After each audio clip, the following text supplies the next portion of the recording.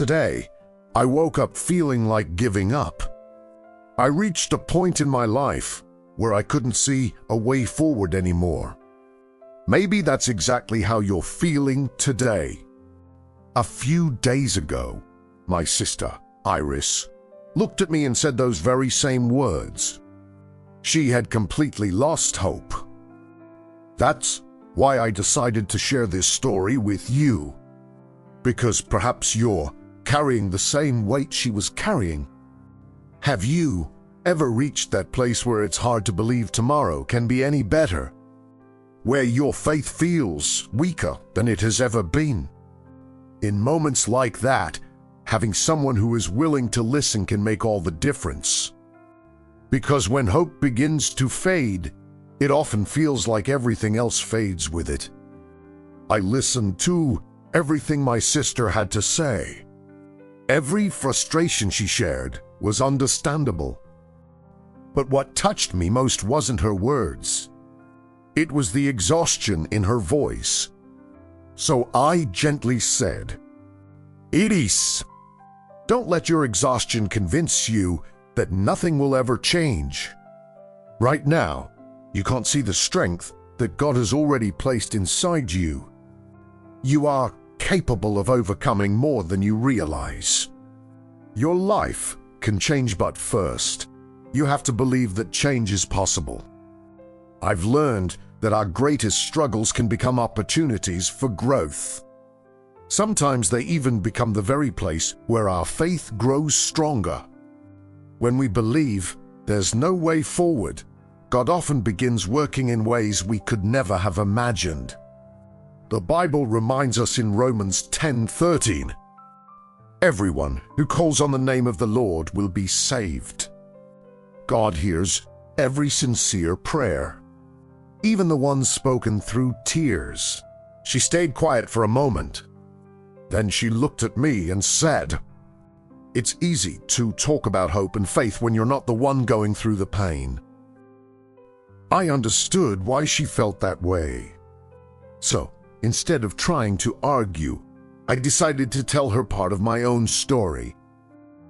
"Iris, I'm not someone who has been spared from hardship. I've walked through seasons when I honestly thought everything was falling apart. In fact, it was during those moments when I believed all hope was gone that God began building a future I could never have built on my own. There were days when I wanted to give up too. And here's something I've learned. Many of the blessings I once prayed for eventually became responsibilities that sometimes felt overwhelming. That changed the way I looked at life. I learned to be patient. I learned to trust God's timing. And while I waited, I simply kept doing the next right thing. Something inside me began to change. Not because life suddenly became easier, but because I stopped expecting life to be easy all the time. The truth is, life won't always feel fair. Things won't always go according to plan. Some dreams won't happen the way we expected. That's simply part of being human. Life is a little like planning a trip to the beach. You hope for sunshine, but sometimes the rain comes instead. And maybe you're walking through one of those storms right now. But storms don't have to make us lose our direction.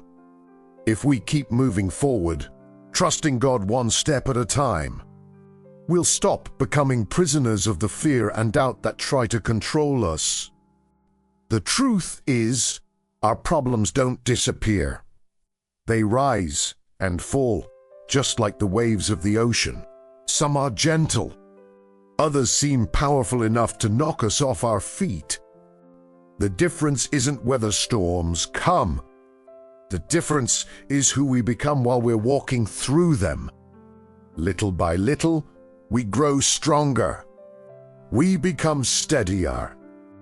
We learn to stand firm, even when life asks more of us than we ever thought we could give. Then I looked at Iris and smiled. I know you don't want to give up. And honestly, I don't want to give up either.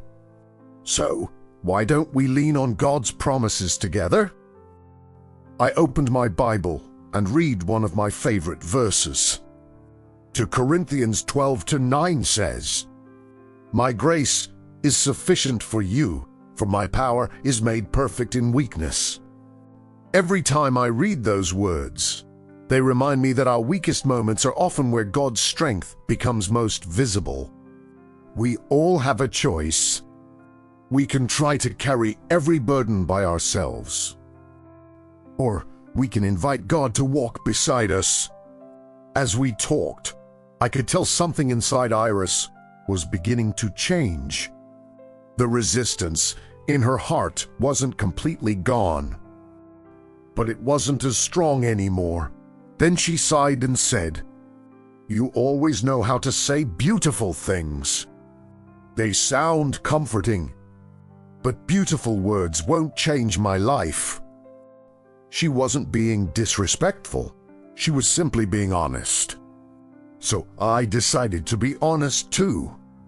Iris, you're right, my words alone can't fix your life, but maybe they can become a seed of hope, a seed of courage, a seed that helps you begin making different choices.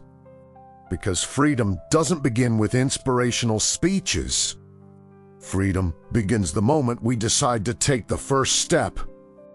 Some decisions are painful. Some require courage we don't think we have. But with God beside us, we discover strength we never knew existed. The first step usually hurts. The next one becomes a little easier. And before we realize it, we're already walking toward healing. So don't allow anyone or even your own fears to convince you that you're not enough. Don't believe the voices that tell you you'll never change. Those voices don't come from God. Think about a seed buried beneath the ground. For weeks, sometimes months, nothing seems to happen. From the outside, it looks forgotten. But underneath the surface, life is quietly growing. Faith often works the same way. Just because you can't see God working doesn't mean He isn't. So don't let doubt take control of your heart. I truly believe you'll look back one day and realize that this difficult season wasn't the end of your story. It was the beginning of a new chapter. As I said those words, I noticed something I hadn't seen since our conversation began. She smiled. It wasn't a big smile, but it was real. In that moment, I realized something had changed inside her. Not because all of her problems had disappeared, but because hope had returned. So I asked her, "Do you know when your life can begin to change?" Today, not because every problem will suddenly vanish, but because today is the day you can choose to face them differently. The moment you decide to trust God and take that first step, fear begins to lose its power over you. Little by little, courage replaces anxiety. Hope replaces discouragement. Faith becomes stronger than fear. I told her, "Keep smiling, not because you're pretending everything is perfect, but because your pain doesn't get to decide who you are. Don't let your struggles hide the person God created you to be." As you continue walking with Him, you'll begin to notice something changing inside you. You'll discover a strength you didn't know you had. You'll realize that you're deeply loved, deeply protected, and never alone. The problems you're facing today may become the very tools God uses to make you wiser, stronger, and more compassionate toward others. You don't have to believe my words, but I hope you'll believe God's. Nehemiah 8:10 says, Do not grieve, for the joy of the Lord is your strength. That joy isn't based on perfect circumstances. It's the quiet confidence that God is still with us, even in the middle of life's hardest battles. After that conversation, I watched my sister slowly begin to change. Her circumstances didn't change overnight, but the way she faced them did. She realized that problems are a part of life. She simply decided they would no longer become a prison for her heart.